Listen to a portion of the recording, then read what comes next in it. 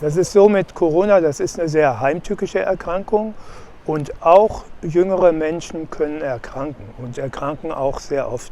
Das sieht man an den hohen Krankheitszahlen im Kindesalter, im Jugendalter und auch bei jungen Erwachsenen, das was wir gerade haben.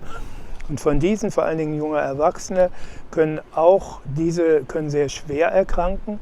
Das ist überhaupt nicht so selten, dass die schwer erkranken und vor allen Dingen können die auch Langzeitfolgen haben nach einer Corona-Infektion. Der zweite Grund ist das, dass wenn man erkrankt ist, sehr ansteckend ist und dann auch andere Personen in seinem Umfeld anstecken kann. Und das sind möglicherweise, ist das vielleicht die Mutter oder die Tante oder irgendjemand, der krank ist und für den eine Corona-Infektion möglicherweise doch mit einem schweren Verlauf, also mit einem Krankenhausaufenthalt verbunden ist. Das sind eigentlich die beiden Gründe, weshalb man sich impfen lassen sollte.